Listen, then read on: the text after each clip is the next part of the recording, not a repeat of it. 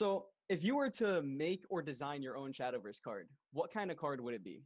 So I actually thought real hard about that because I also wanted to become a game designer at some point. I went for something that is clean, simple, and that really like would help diversify the strategies in the game. So what I would do is a neutral spell for 2 mana, destroy target amulets, and enhance 5, destroy target follower. So this is a little bit on the strong side. It's not broken, but if they have this type of card existing in Shadowverse, then they can push amulets in more interesting ways. Like at the moment, amulets are either too strong and you can't interact with them efficiently, or they're too weak and nobody plays them. Because there is no counterplay, so like they don't have much play in designing them, since you cannot really answer them. But if there are good answers available, like main deckable answers, then they could go harder and push the envelope on amulets. So that's the kind of thing I would go for. We discussed a bit about this last week, actually. I would just ask to add a clause to it, because if you allow it to destroy any artifact for 2 play points, you can destroy polyphonic roars, cards that are very expensive to play. So maybe have a clause of destroy 3 or less play point artifact. Add a clause like that would be more balanced to stop, stop those big impactful amulets from being destroyed so easily. So I think that's a really interesting card, though, that you're able to actually, in an efficient way, deal with something like an Acceleratium, a card that, like, at the moment it just brains free. It's like Acceleration is crazy, and there's no real way to interact with them with it. Like even if you want to build your deck to interact with it, you can't. You have to go Forest Craft and play Wood of Brambles. That's how you interact with Acceleration. Which is another amulet, which is hilarious. That the way to find amulets is another amulet. But also, if it exists, they can actually push amulets like to more interesting spots. Like Polyphonic Roar is maybe it could be 8 mana or 7 mana if this card existed. Like if there's a good answer, you can print better threats because they're not gonna take over the meta by themselves.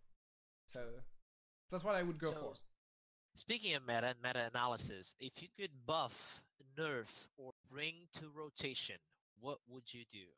So, I would say buff and nerf the same class, Portalcraft, so they have more varied play patterns. Adam, Portalcraft is all about Deus Ex Machina. There are some puppets builds. Like Deus Ex Machina is such a broken card. Like it nullifies card advantage. It produces mana. Like it's everything that makes a broken card. And you would need to nerf this side a little bit to be able to buff the rest.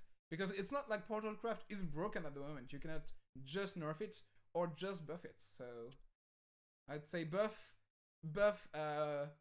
like maybe the 2-drops and 3-drops, or maybe create some good 1-drops for Portalcraft, and nerf Deus Ex Machina and Acceleration. They are pretty stupid. What about bring to rotation? Would you bring something to rotation from Unlimited? I'd like to bring Ancient Elf. It might be a bit too strong, but I feel like most of the cards from the classic card pack, when they designed it, when they designed the whole classic set, they didn't think it would rotate out at some point. It was supposed to be the display of what the classes are able to do. And for example, I feel like Ancient Elf really exemplifies what Forestcraft is all about. So I really like it. I really like Blood Wolf as well, but it's a bit too strong. But I feel like those cards really showcase what the classes are about. So. Talk to me about Blood Wolf. I felt that impact. That was that and Diabolic Train. That and Diabolic Train. I was a diehard Vengeance. Like always played Vengeance outside and inside the meta when it was out, when it was in. Competitive. I'm talking about high level competitive. Always brought Vengeance, but I always loved the feeling of Diabolic draining my opponent, and they cry from it. And, but I don't have that anymore. So, oh my god, my air jammers were so good, and now they're just like sad. Yeah, the double Blood Wolf on air jammer was pretty strong. Sometimes even like Blood Wolf Himp was my favorite because you're protecting you get both. Forcing to sink mana and cards onto the 2/1 while the 1/4 protects it. So he's I kind of miss the simple and well-designed cards because I feel like they're really what the classes are about, and I feel like more of them should be reintegrated in the game now. Since we're so deep into Shadowverse, what's your, just to top it all off, what's your favorite class then? Because you haven't told us that. Yeah, so like the actual answer is that I don't really have a favorite class because my favorite class is the best class. Like I just play what's winning at the moment. Like if you tell me I have to play Evencraft, I'll do it. But Spoken like a true Spike. yeah, like. But True meta warrior. From a mechanical point of view, I'd say Forestcraft and Runecraft are my favorites. Like Forestcraft for the combo potential, especially with OTK Roach and just Roach in general. Like the fact that you count the number of spells you cast in your turn makes for interesting play patterns. And then Runecraft for spell boost as well. It's pretty much the same. I like this kind of combo enablers and things that allow you to go broke and just break the system wide open. So I think that wraps up for the most part the interview segment of everything. Unless is there anything that we didn't ask you that you wished we had asked you, Mr. Tolki? Nah, not really. I think we went around the subject pretty well. Do you have any other question, Akamarured? That's okay. Thank you. Okay, yeah, let's move on. All right, so we are going to move on to the Clash of the Name of Glory. So the most of the weeks that we have done this, I have been the host of this, and Mr. Akamaru has been the one fighting. And this week we decided we're going to change things up today, and I'm going to be getting in the ring, and Aka is going to be our host. Hello, so I'm everyone. excited for this. Welcome to Clash in the Name of Glory. In the Name of Glory. This is our favorite segment, and you can see how much we love it. So this week, as you mentioned, we're going to have 2 minutes for each players. On the right corner, we're going to have Zero. On the left corner, we're going to have Tolki Casts. So the first question is, and we're going to have Mr. Zero to give advantage to Tolki in this counter argument. We're going to have Zero start, and the first question is, name one character from Shadowverse you want to be reprinted as a legendary in the new expansion. All right, so I would want to see a legendary elf child May. Doesn't necessarily have to be an elf child, just I want to see May come back. She was around in the classic set. We were talking about the classic set being the type of set where it feels like all those cards were supposed to showcase what the class does, and I feel like May herself does that so well. This is a cheap card, it's practically a fairy, and it just snipes something. Does a small effect, but it's significant, and it gets better when you bounce it too. So I would like to see some card that is similar to May, where it doesn't necessarily have to be a one-drop. I'd be curious to see what Cygames would do with making a new May, but my thinking would be something like, hey, maybe this is like a 3-mana 2/2 or a 3-mana 2/1, and it does 2 damage to something, or just like a bigger May is basically what I'm trying to get at. I think the card was just such a namestay. So many people knew about May, so many people feared May, and I want to see that come back. Any name suggestions you have for the card? 1 minute left.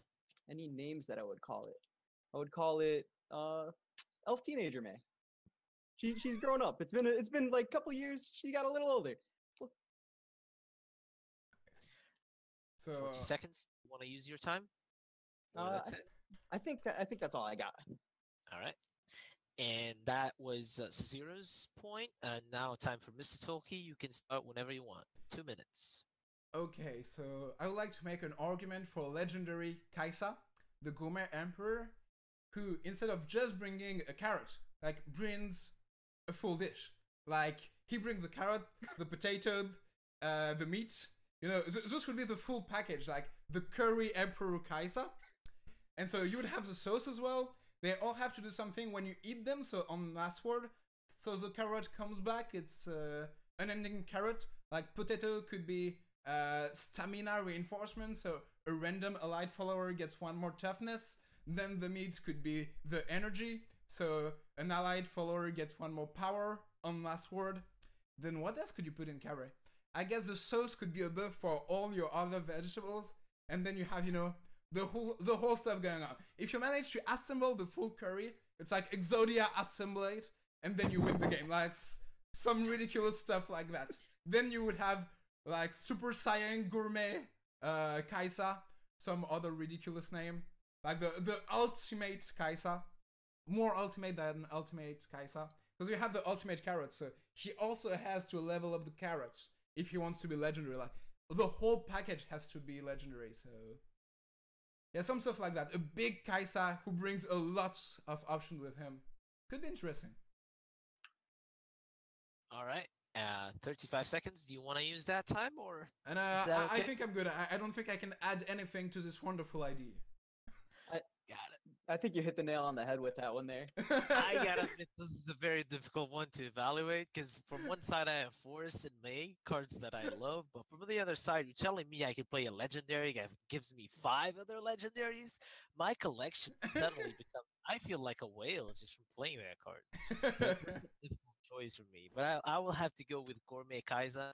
I think we all need nutrition. We all need to be healthy. We all need different ways to win the game. So. I gotta go with that one. Yeah, it would be the ultimate memes card for sure. I love the concept of the ultimate curry winning the game immediately if you curry the entire dish. But I'll give Zero a chance to win me back, and we'll go for the second question. This time we'll start with Tolki. So same same type. So 2 minutes, and the question is.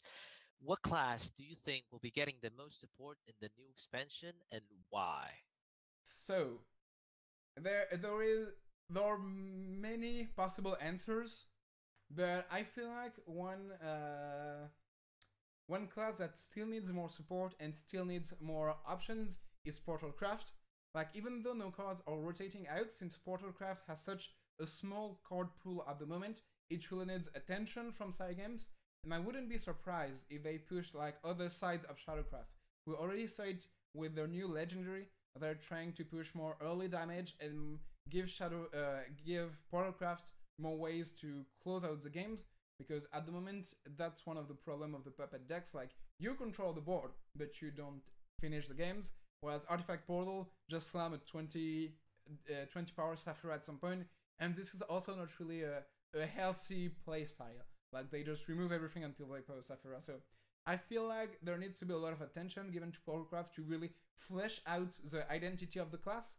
Like, at the moment, I feel we can all agree. Like, the class doesn't have a really strong identity. We don't really know what Portalcraft is about, except, like, playing Deus Ex Machina and casting puppets. Like, it needs a stronger identity, a stronger playstyle, and I feel like for this reason, they will give it a lot of support to just try and flesh out the Portalcraft identity. So that's my point. Got it. And that's it. I will give time to Mr. Zero whenever you want to start. So I think next expansion, the class that might be getting the most support would be something like Blood. I think Blood is in a position where, so right now, Blood has been pretty good ever since the mini expansion came out. But I don't think this is going to last because if you look at the cards that are rotating out, we have Belphegor, we have Baphomet, we have Spiderweb Imp, and we have Dark Airjammer. All incredibly important cards to the Vengeance archetype. And just to Blood in general. A lot of Blood decks, the aggressive decks will play, they don't always all play the Spiderweb Imp, but a lot of them do.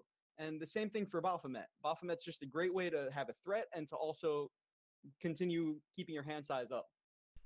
So the reason I think we're going to be seeing more support for Blood is since those cards are going away, we're obviously going to need something to fill in that gap.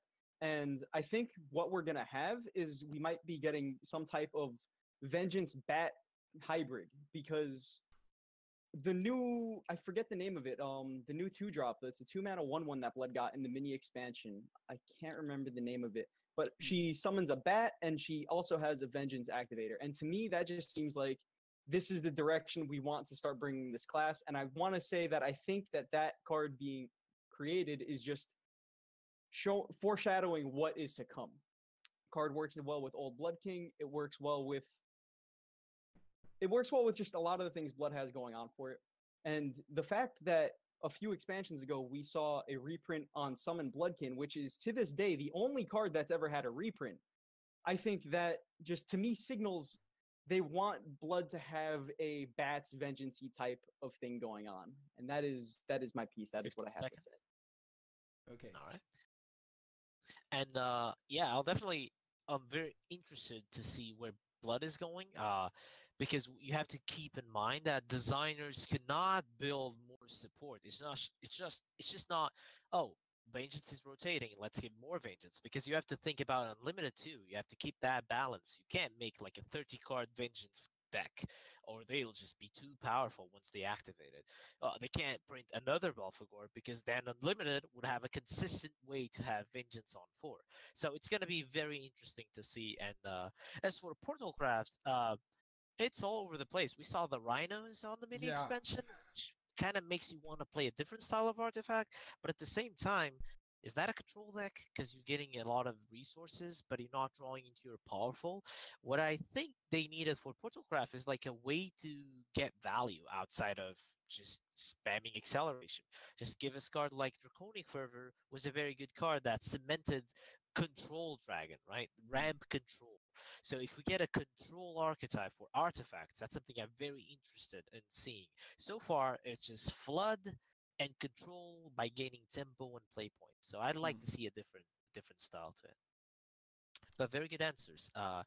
Going to the final, I'll give my point to Zero on this one because I want to see. I'm very curious to see how Blood is going, and I definitely agree with him. I think Blood is going to be pushed in a different direction, or maybe this hybrid is very interesting. Dark Feast Bat is a hybrid card. It's literally a bat that gains advantages with the killing yourself. So third question is: with Tempest of the Gods rotating, which class will suffer the most? We'll start with Tolki, and then we'll go for Zero.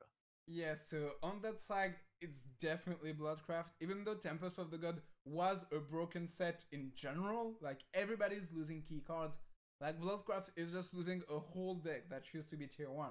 Like before they say limited Bloodwolf in Unlimited, Vengeance Blood was also a great deck in Unlimited. And all the cards that are really centerpieces to Vengeance Blood rotate out. So this is definitely the class suffering the most. I feel like actually Shadowcraft also loses a lot. Losing Hector in particular is huge because we've seen Arcus, and Arcus, even though he's decent, he's not really good on 7. Like, the problem with Arcus is that he doesn't have Rush, he doesn't interact with the board when you play him, while Hector is a finisher that is also great on 7 if you have Necromancy, because he also trades with the board, even without evolution points. So, losing Hector is really a huge blow to Shadowcraft. It loses a finisher and a very good developing 7-drop. And yeah, I feel like Bloodcraft loses a lot, and Shadowcraft is also getting sort of the short end of the stick. It's already in a terrible spot, so they should also be pushing it a lot with the new set, I think. And that's it. Alright. Oh, players this week are very, very saving a lot of time. I guess it's for the next game. It's like the evil. Mr. Zero, whenever you're ready. So I think, well, I was going to go and lead with, I think Blood is going to be suffering the most, but Tolki beat me to the punch. So as Tolki was talking, I was thinking, all right, what suffers the most? And then he started talking about Shadow after, so I was like, oh man, I really need to start figuring out what I'm going to do here. Took both at once. So I'm working with what I got. So I think after those, now I think the class is going to be in an all right spot, but I do think Forest is going to be losing quite a few of their tools. So they're going to be losing Crystallia Aaron, a card that I personally, even though the card doesn't always make it into Forest decks, the card just has a deep place in my heart, and I'm gonna miss Aaron. And the same for Jungle Warden. I love the King Monkey, and that card has been a staple the past at least 3 months, I think, for Forestcraft to be ending games, putting up a wall of 10 HP and storm damaging the way however you want to. You can use it to trade, you can use it to push all of face damage. The card is just very, very helpful to ending the game and to stabilizing.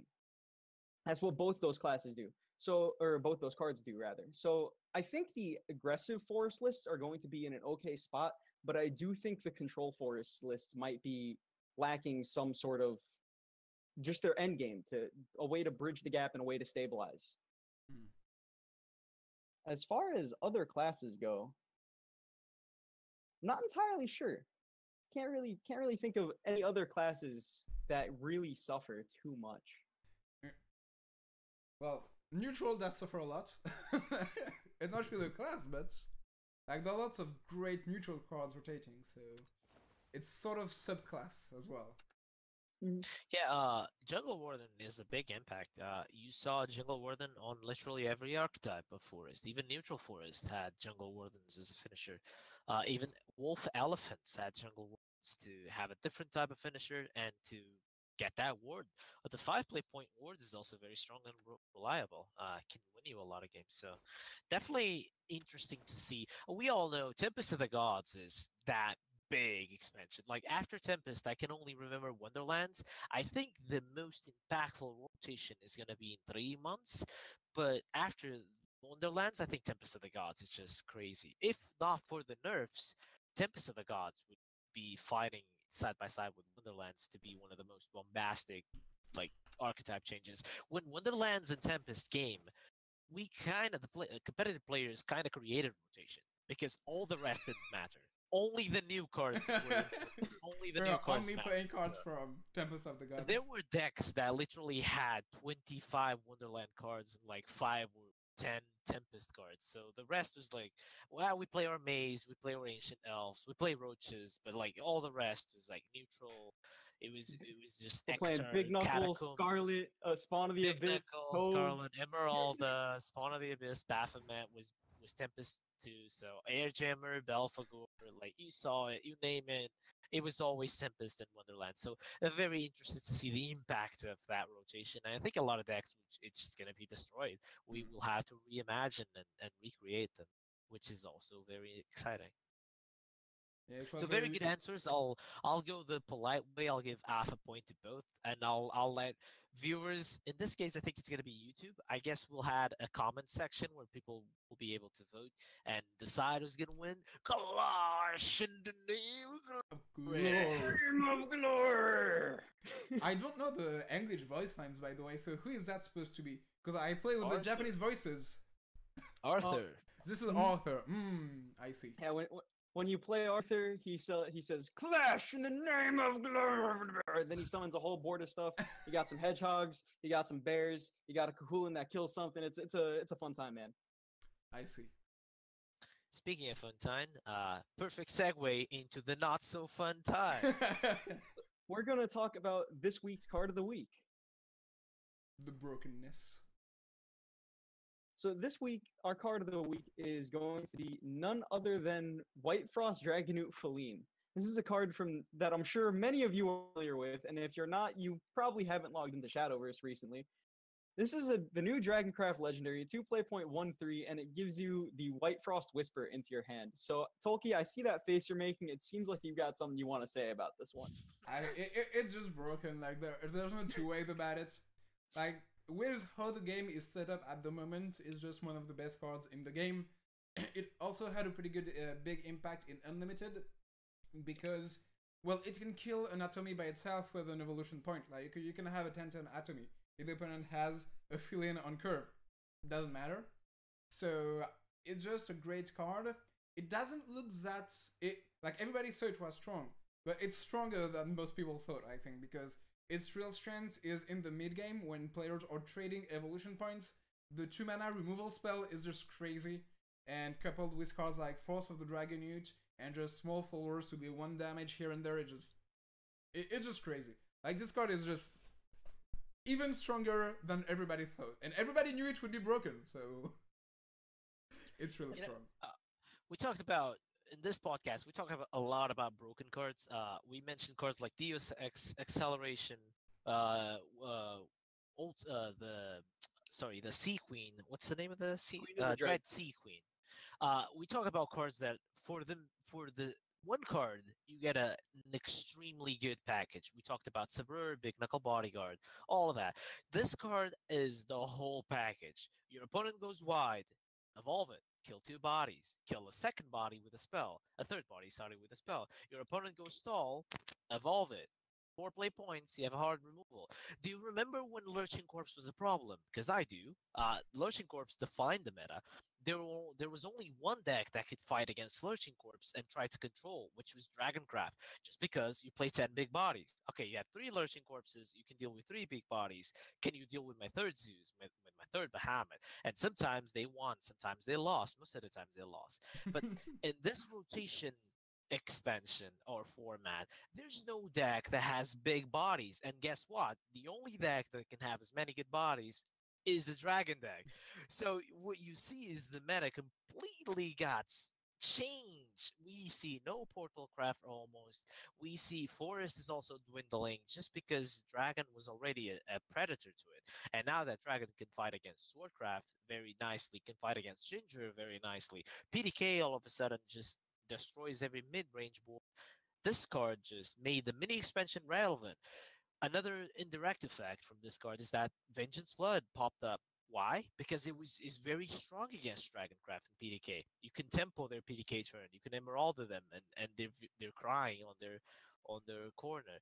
And to have just one card make a whole 16 cards relevant, or at least 5 of them relevant, to me that's just in a week everyone realized how strong it is, and to me it's a sign of a broken card. To me, what's so crazy about Feline is before we even look at the fact that she's a 2 play.13, before we even look at the fact that she is statted quite nicely, she fills so many different gaps. She's able to work in so many different decks. So if you're playing something like Frenzy Drake, you can play the Feline and it refunds you the card. You didn't actually go down a card. It gives you a follower for PDK. It gives you a spell for your Lindworm type decks, for your Star Phoenixes, stuff like that. It fills every single thing that Dragoncraft is trying to do in a cheap 2 play point body. Yeah, everything you want. You're like, I like to have that. I like to have a deal 1 damage on evolve as well. You get it. Removal as well. You get it. Like, there's nothing else you could run from this card. Like, from a 2-mana spell in Dragoncraft. There's one thing. Okay. Games next month, buff Philan, give us ramp. That's all. Okay. That's all. Evolve, get a play point. For this to be a good card, we need ramp. For Feline to be playable, she needs to ramp. Sounds decent. Sounds decent. We need an oracle on a body. That's what we need. But yeah, there's nothing you could really add without like breaking the game in half. Like she has everything you could ever want. Yeah, how many things can you stuff onto a 2-drop? And I think to even call this card a 2-drop isn't necessarily fair, because I think the first half you're getting your half Lyrial thing, and then the second half is the removal spell. It's just that it's so flexible. Yes. Execution. We're talking about a game where evolutions happen. Like we saw the impact of execution on a different card game. This card game is completely different in the sense that we have an evolution mechanic, and execution in a game where evolutions happen. It's just ridiculous. For 2 mana, you're destroying not even a card, but their evil point. Back in the day when I played Take 2, what I used to draft was always removal, because I'm killing a card, 1 for 1 a card, and I'm killing an evil point. So it's very, very valuable. An evil point is worth a card. It's like having a 0 play point card that gives +2/+2 and rush. You're killing that card with a 2 play point spell. Like, it's so frustrating to evolve a Gawain into it, to evolve a Sybil into it, to evolve anything. I don't want to evolve anything when I play against Dragon. I literally had 3 Evos. I had a wide board, and I'm like, I kind of don't want to evolve. I just want to go face with my fairies, because I know Philan is just going to punish me. When you see that your opponent has played their Feline, but they have been holding on to the spell too, you're like, what am I supposed to do here? I don't know. Everything feels bad when you see Feline. Like, you see her dropped and you're like, I'm gonna get destroyed at some point. Like, there will be a turn where I get out-tempoed by a 2-mana spell. Do you think the card is too strong, though? We've been talking about how it's, yeah? It's gonna. I bet my money on it becoming a 1/2 at least in the next set. Like, it's a small nerf, but if it's a 1/2, you can interact with it with your 2-mana 2/2s, and then a 1/2 that evolves into a 2/3. It's still really good, and it's still incredibly strong in the mid game, but it's a bit more balanced. What is crazy to me is that Dragon Summoner pulls a card from your deck, right? And Philan gives you a card. I think that card is stronger than every card in your deck. But not every card in your deck, but... Close enough. Well, it's close. A very strong card. It's a very strong card. Wouldn't you play 3 of those spells if you had access to them? I think I would play Execution in my deck if I had access to it. Yeah, and in it the main also deck. deal 1. Like, it's not only It's an execution. yeah, exactly. It also deals one, so it's like a snipe that has that destroy effect. So So do you think the more problematic side of Feline is the fact that she's a 1/3, or do you think it's the spell that she gives you? Because I think I think the spell is very undercosted. I was gonna say that. I think the spell is too cheap. I think the spell should be either should be like it should be like an accelerate spell or something like that. If you want to play it for 2, deal 1 damage. If it's gonna destroy, make it 4, because 5 is what we usually slap on a destroy card. We Yeah. usually slap the 5 play point. So making it a 4 since it's the token, I think it's very balanced that way. It's like the holy pure bomb of Vals. It's a perfect comparison, right? Mm. You are banishing something for 5. This way, you're killing that needs to be damaged. So make it either a 3 or a 4 play point. My problem with that is that it could kill the card. Like, I understand that it's the best way to balance it, but I don't think Cygames is willing to do that because it really attacks the core identity of the card, which is being played on turn 4 when you're going second, evolving it, killing a creature with the ping, and using your 2/4 to trade with the opposing board. Like, How many times have you seen that, though? I've never seen that. I've against never seen aggro, you that see play. it, but yeah. Because people just realize, why am I spending this to kill a 3-drop when I'm going second, when I can just save this and I can kill a 5 or a 6 that they evolve? Yeah, it's true too. So I don't think it's being played as intended. I don't think people are playing it on 4. It's either on 2 and you have that threat, or they just play like late game after playing PDK. The Because only times it does wonders with PDK too. Like the ping of PDK, you can just use the 2 play point spell, and that's it. It's yeah. So maybe yeah, putting the cost of the spell higher up is the best idea to make it more balanced. the only time I ever remember using the White Frost Whisper on turn 4 were games where I was like desperately far behind and just needed to remove something, which it's usually kind of difficult to get that far behind that early into the game. And then the other time was on a impartial Strix, which you really don't feel too bad using that to execute Oh, that. absolutely not. Yeah. That's a special case because that's not technically not a 4-drop, but yeah. It just does everything at the moment. So I mean, It broke. Yeah, so I think we've beat Feline into the ground, or maybe she's beaten us into the ground a few too many times. So let's get into what everyone is most excited about. So I think, as a lot of you guys should know, we have the new expansion coming up. It is Brigade of the Skies, something yeah, of the Brigade Skies. of the Brigade of Sky. the Sky. Brigade Sky. of the Sky. Singular sky. So we have this expansion is Grand Blue Fantasy themed. I think that's really cool. And to kick off the expansion, they showed us a new little card. You guys might be familiar with him. His name is Proto Bahamut. You guys ever hear of something named Bahamut? I just play rotation, don't know. I once heard about a proto card. I don't know if that's what you're talking about. Bahamut never. Never heard of Bahamut. I know Explosion though, and it looks very similar. Yeah, so so Proto Bahamut is a 9 play point 8/8. And he's got a new effect on him, which we will get into in just a second. So he's got Accelerate 7, deal 3 damage to all followers, deal 1 damage to the enemy leader. Or if you don't accelerate, you get the 9 mana 8/8, and at the end of your turn, Proto Bahamut will deal 3 damage to all other followers and then 1 damage to the enemy leader. So, I think it's. I'm just gonna start like this, and then I'll let you guys go. I think it's a better Bahamut. Go ahead. that is a bold claim. Yeah. All right, so I want to, before we go too deep into this, I want to explain the Accelerate mechanic for those who don't know. So the way Accelerate will work is you can opt to play your Proto Bahamut at 9 play points as an 8/8, or you can opt to accelerate your Proto Bahamut, where you cast it for 7 play points and you don't get a body at all. You don't get your 8/8, but instead you get to deal 3 damage to all followers and deal 1 damage to the enemy leader right then and there. So you get. So 2 notes. First, the accelerate is always a spell. It would always count for mechanics like spell boost, like the amount of spells you played. And second note, it's not a choice. If you have less than 9, it will always accelerate. If you have 9 or more, it won't accelerate. So Yeah, it's reverse enhance. yes. So Yeah, personally, I'm not sold on it. yeah, saying it's stronger than Bahamut, that really astounds me. I think Proto Bahamut. The way I see it is, I can't imagine a card like Proto Bahamut not being good just because it's the namesake. It's got Bahamut in its name, but to me, it doesn't seem as impressive as the original Bahamut does. I'm curious as to why you think that, Akka. Why you think it's so strong? There's two main things. The first one is that the effect is quite good.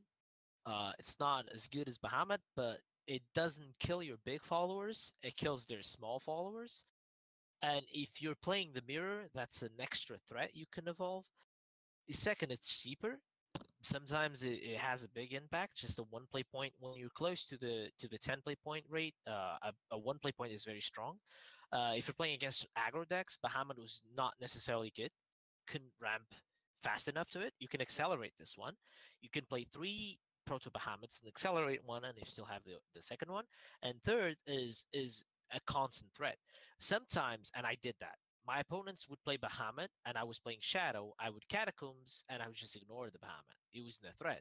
This one demands you to remove it. Doesn't have a clause. It can just finish the game. This card by itself is 10 damage if you allow it to live. So it's actually more attack than the normal Bahamut without the clause. If you let this one live once, you're dead. This is going to deal 6 damage AoE, and it's going to connect for 10. So I think it's still too soon. I just wanted to pop up a discussion between us. I think it's too soon. I wouldn't say that just yet, but I think it's definitely going to be seen play, and I think it's going to contest Bahamut, or you could play six Bahamuts if you're that No, greedy. Bahamut. Bahamut's control. Yes. Bahamut control sounds like a sick deck. But I think you made actually a good point where the fact that the effect happens at the end of the turn. It's kind of like when your opponent plays an Israfil, evolves it, clears your board, and then you're unable to deal with that Israfil. It buries you in the same way, except Israfil only does 2 damage to everything. This actually does 3 damage. And to everything. Israfil kind of needs an evolve point. Like, if you cannot keep an evolution point until you get Israfil, it doesn't do anything. Till 9, yeah. This guy will also. So, my argument Also, is that this guy will also impact the board. Always impact the board. We're also forgetting Bahamut doesn't kill boards with Saaquiel. This does. This will get its effect if you Saaquiel it on Will Unlimited. Yes, Well, it's at the end of your turn. It's like Lucifer. But It's a doesn't... Lucifer Oh, you're effect. right, you're right. I was gonna say, Yes. doesn't it go back to your hand first? But you're right. It's a Lucifer effect. Yeah, it's I think it's a very strong card, especially because it's model. Like, every card with multiple playable options is always strong. So the 7 mana explosion, it's not broken, but it's a good option to have. It's always gonna be positive. And then it's true that on 9, it's one of the strongest options, and you need to remove it really fast. The question is, will the meta allow you to go up to 9 mana? It depends on what's being played and what people want to bring. For example, Proto Bahamut looks kind of silly in the face of Philan. So it really depends on what's played and how often you can keep him on the board. At the moment, against Sword, for example, it looks perfect. So depends on what's in play. Against something like an Arthur board, it does makes pretty quick work of it. But actually, awkwardly enough, right? If your opponent plays an Arthur and they do get their Holy Bear Knight, you actually won't be able to remove the Arthur, even if you have an evolve point, since the AoE happens at the end of the turn. You have to. That's why being 9 play points is very good. You have to combo a Blazing Breath with it, something like that. I'm really glad it's not a 10 play point follower. So Yeah, we have. It's gonna see play. It's definitely gonna see play though, for sure. Yeah, I think this card just got sweet art, but I think we're beating Proto Bahamut into the ground. Let's talk about some of the other legendaries and some of the other cards that have been spoiled. So we have Sylvia, Prodigy of Vigor. So Sylvia is a 7 play point 6/5 with Ambush, and then she also has Accelerate 3. Put a follower that originally cost 3 play points or less from your hand into play and give it Rush. And then give your leader the following effect. During your turn, the next time one of your followers attacks, deal 1 damage to the enemy leader. So you can accelerate the deal 1 damage effect out, right? Yes. Please go. Ooh, that's the way it's typed. We'll have to see the original. We'll have to see the final card, because usually there's a paragraph. We don't see a paragraph here, so we don't know when Accelerate ends. So how Accelerate works is you have a text, a block of text, and then you see a paragraph, and then the real card gets the effect. Kind of like the choose mechanic. You get the choices on Fanfare, and then a paragraph, and you get the real effect. So. With I'm Proto searching Bahamut, for the card in Japanese. If I can I find think it, I can tell you. accelerating that passive effect would be too strong, so I don't think it's gonna work like that. I think Proto it Bahamut, does. I think so too, because with Proto Bahamut, there's a dash in the text. Like you can actually see a dash separating the two effects, and there is no dash in the text here. But this card wasn't revealed yet. It's not on the site yet, so you don't know if there's a dash or not, right? It was revealed in yeah, this might Famitsu, I not be think, the in official Japan. translation. It's not, but it's not on the site yet. The site is the one that gives you the dashes. It's true. To get the difference. So. But I mean, we have the Japanese version, so I feel it's like the official one. So we'll see. I think if you're accelerating 3 and you're not getting that effect, I don't think it's very good, because you're spending 3 play points and a card to take a card from your hand, put it onto play, and then give it rush. So you're spending 3 play points and 2 cards to get a 3-drop with rush, and I think that's kind of underwhelming. But I think the point is not to play it like that. I think it's after you get that effect, you can use the second and third copy like that, instead of just dumping 7 play points into this expensive one. But we'll have to see that. But I think it's too strong if you can accelerate that passive effect, because from then on, it's like an axeman, right? You're doing 1 damage every turn, because you have the Evo turns. You're getting 1 damage every turn. That's too strong. Across 7 turns, you'll get 7 damage from the effect. But I think that's what it does, and at the same thing, that's sort of what Portal needs. Like, the reason why Portal cannot really win at the moment outside of Saphira, that it cannot end games. So having this effect on from turn 3 really allows Portal to play a more beat-down role, which at the moment it doesn't play in any matchup. Like, in every single matchup, I think in Shadowverse, Portal is the control deck. Like, it has the late game with almost all of its versions. Thanks to Saphira or Puppet turns with Orchis and stuff like that. It's always trying to get to the late game. With this new card, it can finally take advantage of early game board advantage to close out the game. So I think I think the effect is starting from turn 3, and that will unlock Portalcraft as a class. Or let me put it this way then. If it's on Accelerate, it's not on the main card. If you play it for 7 play points, you don't get the effect. Yeah, it's just a big fat ambush stuff. Just it. It's either an Hyperia or a great 3-mana spell, which feels pretty weird for Legendary, but... That's interesting. I'm curious to see how this card officially gets translated. I mean, we've seen crazy things happen before with like previous expansions. Cards completely changing from just one simple word on the phrasing just changes the card completely. So I like how this card actually gives Puppet Portal like an inevitable win condition. Like usually when you're playing against Puppet Portal, unless they have a bunch of puppets in their hand and you're afraid of Orcus the whole time, or even if they have a bunch of puppets in your hands, sometimes they just can't pressure you enough. This actually gives them a way to slowly chip you down so that their Orcus can close the game out.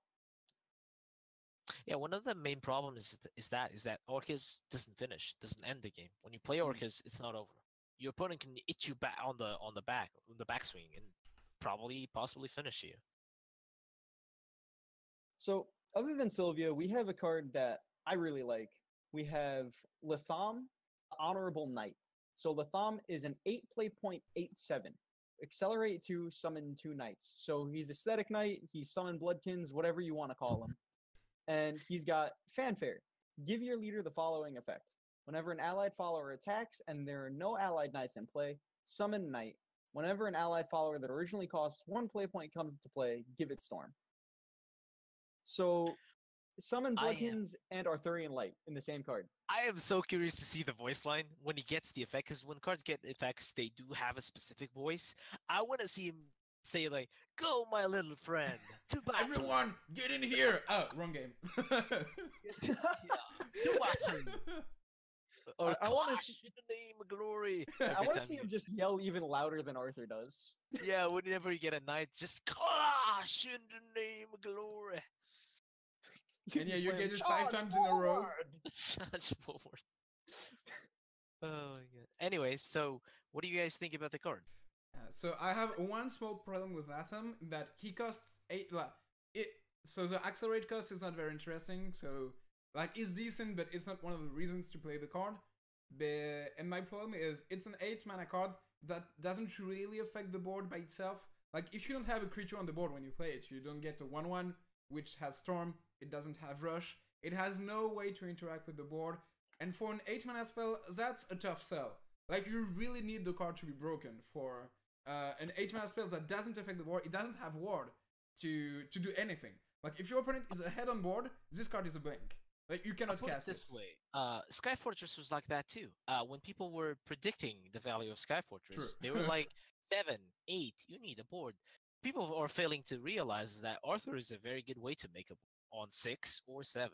So Sky Fortress was very strong. Maybe Latham is just a different way. It's just a grindy way to win the game. My problem is, why print Latham when Sky Fortress is still in rotation? It's gonna be hard to contest that 8 slot. The thing is that even with a creature on the board, Latham is not great. Like it's really long-term advantage, and it's not like Sky Fortress. If you slam it with a creature on the board, like Sky Fortress just closes the game out. Like there's no game anymore. That's why I love the Accelerate to protect that.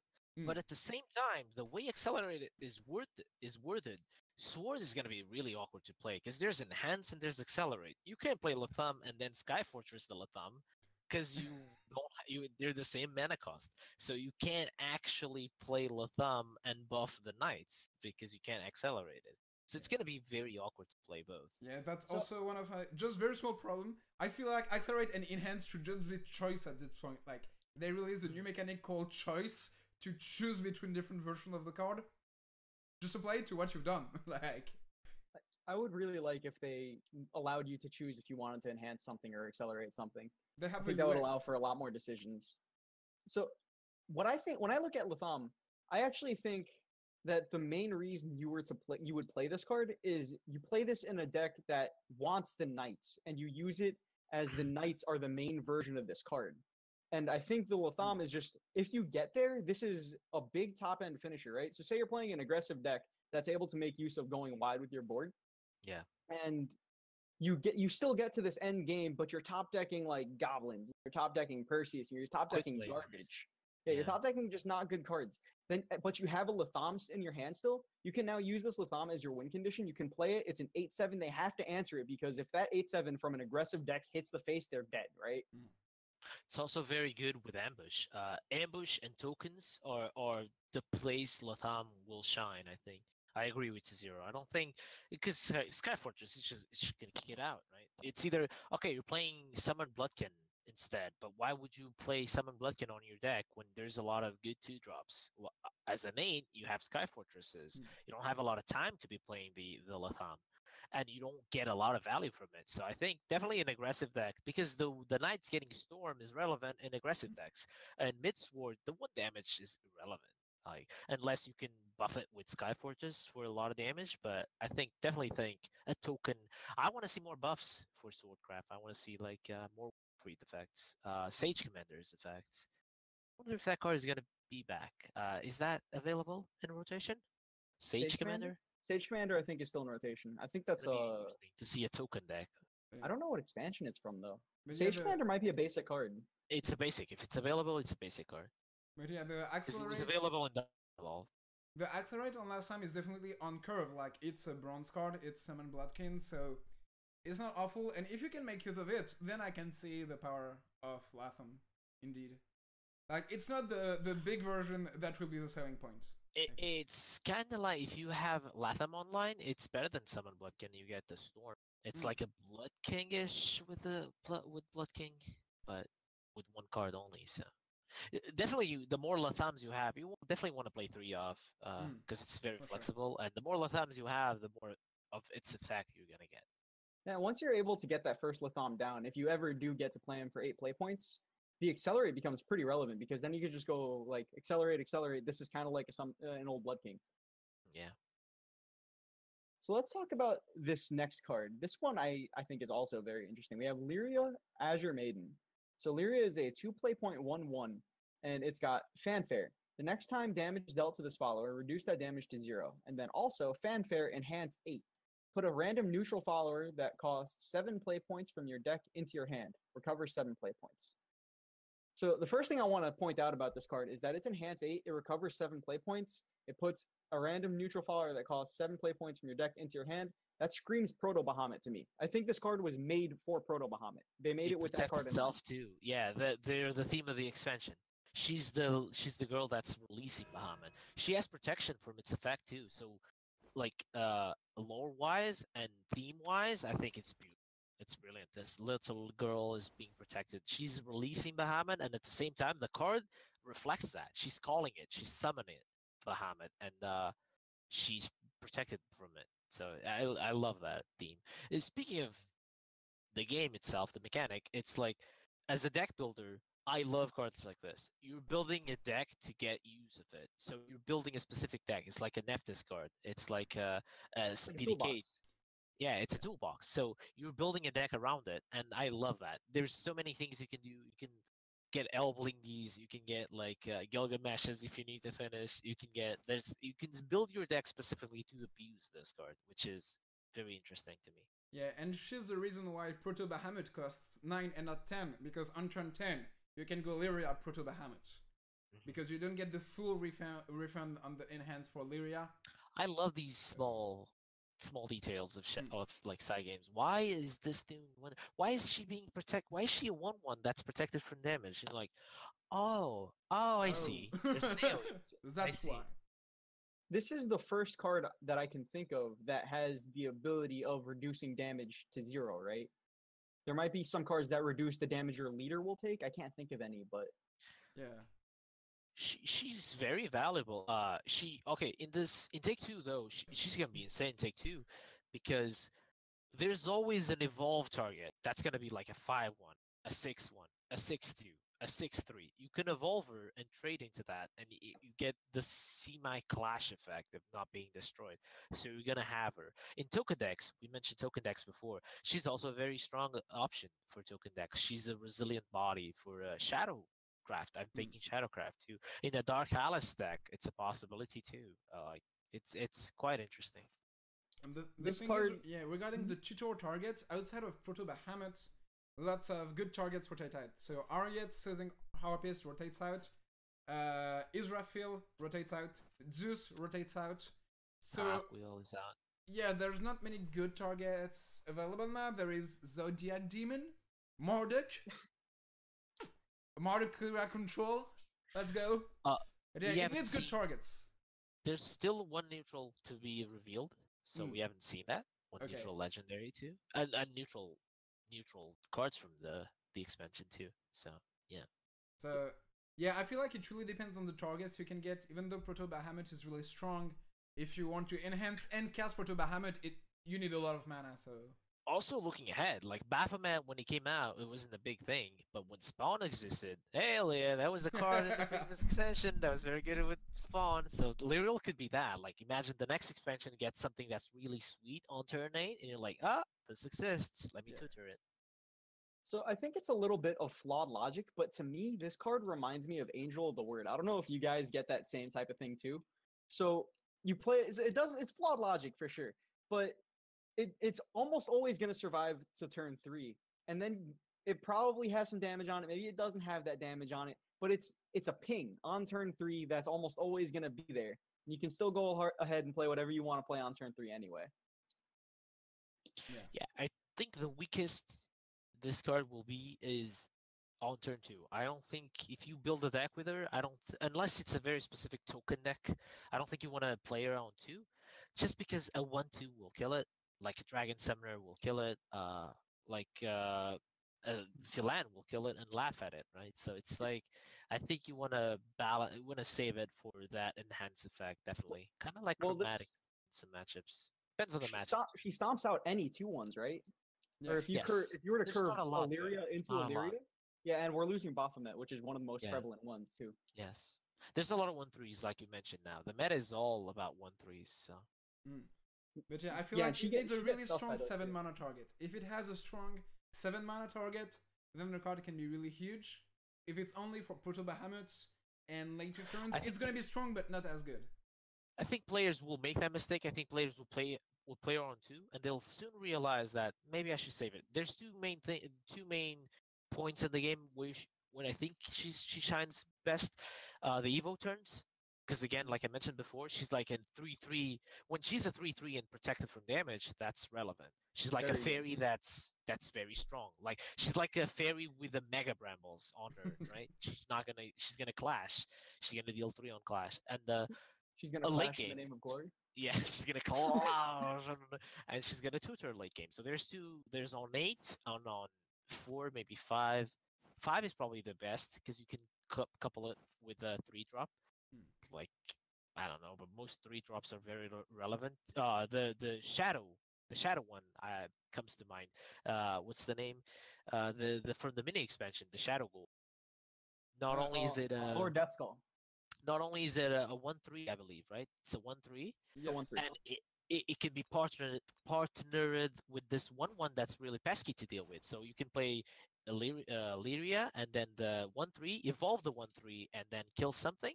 And your opponent is faced with a situation like, how do I kill that 1/1 that has invulnerability, but I can't kill the 2/3, the 3/5 Yeah. because He he's gets a gonna get a zombie. skeleton from Delirial. So it's gonna be very interesting in Shadow. To me, that's what I see it.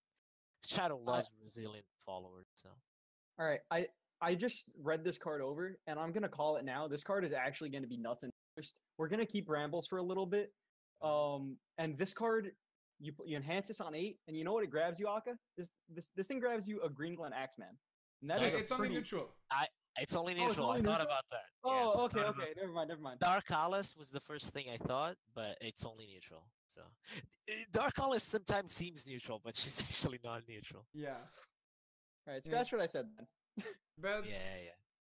I feel like at the moment there is no great 7 mana target, and with Israfil, Zeus, like the real top end kind of rotates out from neutral, so there needs to be either something on 7 or just for 2 Bahamut. Reanimate is also a good option, but it's kind of late in the game. But it guarantees you a Zeus pool if you only run Zeus, and you can kill it and then get something. Yeah. Yeah, you can play Lyria on turn 8-9 and then be guaranteed to have Zeus afterwards. You can I imagine you can Lyrial, you can play the 2-drop, and then evolve a Cerberus because it's turn 8. Oh, that's a beautiful turn actually. Oh my god. Right? You can Lyrial, get Zeus, play the 2/1 that Beryl writes the Zeus, and then evolve the Cerberus. Oh, that's a beautiful turn. Sounds Dreams. good. I will dream of those turns. All right, so we have one last card that we're going to be talking about today. Okay. And this is a card that Tolki himself said that he really wanted to talk about. And this is Fran Monster Girl. So So yeah, Fran, yeah, please go for it. Read the card and I'll get on my soapbox afterward. so Fran Monster Girl is a 3 play point 0/1. Now you may be thinking, wow, that sounds terrible. But that's not all it does. It's a 3 play point 0/1 with fanfare. Choose, put either a Fran's Attendant or a Fran's Curse into your hand. And a Fran's Curse is a 0 cost. It's a 0 cost Tross Curse, right? I believe. Does it do anything different than that? It is. Yeah, it's a 0. They're both 0 costs. Yes. It's a 0 cost. It's not Trot Curse. It deals 4 damage to your follower and your opponent's follower. Yes. And then the other card that it gives you is Fran's Attendant, which is a 0 play point 3/2 with fanfare, necromancy 6, gain +2/+2. And rush. And rush. Yes. That's relevant. That's very relevant. So I just feel like people have not really grasped how strong this card is. Like, from all the cards spoiled at the moment, this is one of the cards that I think will have the biggest impact on the meta, and one of the most important cards for Shadowcraft. Like, until it rotates out, it's just great at every point in the curve. Like, it's great on 3 because at worst, it's 3/3 worth of stats, where usually you only get 2 3s or 3 2s for 3 mana. Here you get a 0/1 and a 3/2. It's a Necromancy Sync, where in the later stages of the game, it's a 3 mana, 5/4 rush in the later stages of the game. By itself, it gives you 2 Necromancy. It's a removal spell when you're in a pinch. It's with Enhance, it's also a play point sync. If you go to late game, and you have too much mana, you can play it on 7 and get both cards as well. Like, it just does everything pretty well, and it's just really what Shadowcraft wants to be doing. Like, there is a remaining 0/1 just there that you can sacrifice to other cards for effects that you can buff with effects like, well, Hector wrote this out, but effects like Hector, maybe something else like that is coming. It just does so many things right that I think it's bound to be one of the cards that push Shadowcraft to the playability level. I like that it gives you the option of getting either a follower or just a removal spell. I think that's just nice and just clean. It's good flexibility that you get there. I also love the fact there's 0 play points. You're probably going to play them on the same turn, but you can hold them. You can hold the cards and play them later. It's still 0 play point. Like, if your opponent doesn't have a board, we all have those awkward situations where we wanted to play Zombie Party or Undying Resentment, and our opponent doesn't have a board. So we're like, we're going first. They're not playing their things. They play like Brambles. I'm like, what do I do now? Well, I can play Fran, and then I hold my 0 play point for a big tempo swing. I think in Reanimate, this is going to be stronger, just because even though Hector is rotating, there's a lot of good things to sync Necromancy into. There's Aisha and Corpse Lord of the War. 6 Necromancy is very expensive. I think this is better suited for a control type of deck, just because it's like you're playing your Undying Resentment and gaining 2 shadows, right? And then you can sync Necromancy later in the game. You're gaining an Aisha, possibly Aisha, 3 play points, right? A 5/4 rush, which is relevant too. And I think Tolki mentioned, and I think this is where what Shadow needs if we want to see it again. I don't think we need a new actor. I don't think we need to make a legendary that's just gonna explode and blow and make Shadow relevant again. I think you just need good silvers. You need replacements for Lurching Corpses and Necro Assassins. Those actually are more impact than actors. We saw Shadow disappear just because we lost both at the same time. There's no tempo swings. Shadow is very relevant because Soul Squasher, Necro Assassin, Lurching Corpse, so cheap, so good, effective removal, 1/2s, and now we don't have any of those. I like that you can even just decide to hold the Fran's Attendant. You had mentioned this earlier, Aka, but say you're at like a position where you have 5 shadows, and you're like, man, I really just want that rush. You can hold it for a little bit, wait a turn later, and then you just boom get them. And yeah, I also feel like it's pretty good even in more aggressive decks, because if you play it on 3 and you're going second, this means on turn 4 you're almost always going to be able to use Revolution to go face. If you want to push through damage, having a 0/1 just staying there on the board is also pretty important. Like, it pushes through damage. 0/1 is very relevant. You have to remind yourselves that this game has random pings. She could be protecting your stuff. It's kind of like how puppets. Sometimes you play puppets on their Cassiopeia turns or on their Insect Lord turns or anything like that. And this is relevant. Like, that 0/1 can be... It could make your gold again. I always forget that name. The 1/3 gold could give it a zombie, because people are not gonna probably not gonna kill that 0/1. Your Catacombs on Unlimited could give you an extra body. So I think it's gonna be good. I think it's gonna be good for mid-range Shadow on Unlimited too. So I'm very interested to see how impactful this card is. What I think is kind of wild about it is that if you are able to get that Necromancy 6 off, you can go on your Evo turn, play Fran out, evolve Fran into something, play Necromancy 6, and have that run into something else too. Yeah, it opens really crazy turns in the mid game. Like turn 5, turn 6 can be huge. You could also the spell is very strong too. You can suicide your things. You can suicide Bellringer Angels. You can suicide Lurching Corpses. Like, imagine suiciding, because the spell damage is gonna be dealt first. So you can suicide your Lurching Corpse, because last word is always last, as the name indicates. So you can deal 4 to something, and then Lurching Corpse picks up the finish. It's like a Throat Curse mixed with a deal 4, specific 4. Yeah. Also on 7, since you play Fran and you can play the 0 mana spell first, it gives you 2 Necromancy. So on 7 play points, even if you only have 4 Necromancy, you will be able to power out a 5/4 rush. So I feel like really it has too many modes to not be strong and playable. Every card that has a lot of modes, from the get-go, gets like a 7 or an 8. And once you start playing with it, you see so many different scenarios that we aren't even talking about. They're always gonna get a bit extra. Choose cards will always get extra points because the difference of scenarios you face in Shadowverse, you just cannot predict them all. A choose card is 2 cards in 1. Is the simplest way to put it. Even 3. I mean, like when you say Cyrilla and Hind, it's actually 3 cards. Like the 3 modes are relevant. Yes, so exactly.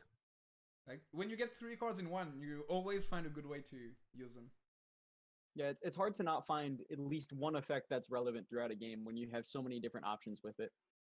Definitely. So as for yeah, that's gonna be it for today, right? Yeah, we're gonna sign off here. I want to say thank you to Tolki for coming by. I want to say thank you to Rias for helping us out with our overlays and all that stuff. He's been a real animal with that. And I want to say thank you, as always, to my wonderful co-host Akamaru. Thank you, Mr. Zero, for putting up the work. I'm sorry, guys, that the stream was kind of iffy, but we're going to have this episode on YouTube. We're going to make sure we post it on our social media so you don't lose any of it, especially the collage name. I'm gonna get the straw poll, give it to Zero. We'll probably post it on YouTube, post it on Twitter, and all that, so you guys can vote and decide who's gonna win the Clash in the name of glory. Thank you so all for understanding. Sometimes these things happen, technicalities and all that, but it was a blast. Thank you so much, Tolki, for spending your morning with us. Hope you had a good inviting breakfast. Me. Yeah, and, I'm gonna go back to sleep. I went to. Sorry. I went to bed at 2 a.m. Thank you very much. Thank you. And one more time, Tolki, just so that the people know, where can they find you? On Twitter at Tolki Casts, on Twitch at Tolki Casts, on YouTube search Tolki Casts. I've had an effort, to uniform the thing. And yeah, it's hard to talk at the same time because we are just so far away in the world. There was like 300 millisecond pings to everybody. It's also time zone. Like, it's hard to have a conversation like this with someone interesting in the community just because it's literally 7 hours apart from each of us. It's like 7 + 7 + 7, so it's 14 hours of difference. It takes quite a bit of planning to make things like these happen, but I think we've talked enough today, guys. We will see you all in the next episode in 2 weeks. Thank you all for stopping by and have a great week, everyone. Bye. Bye. Yeah.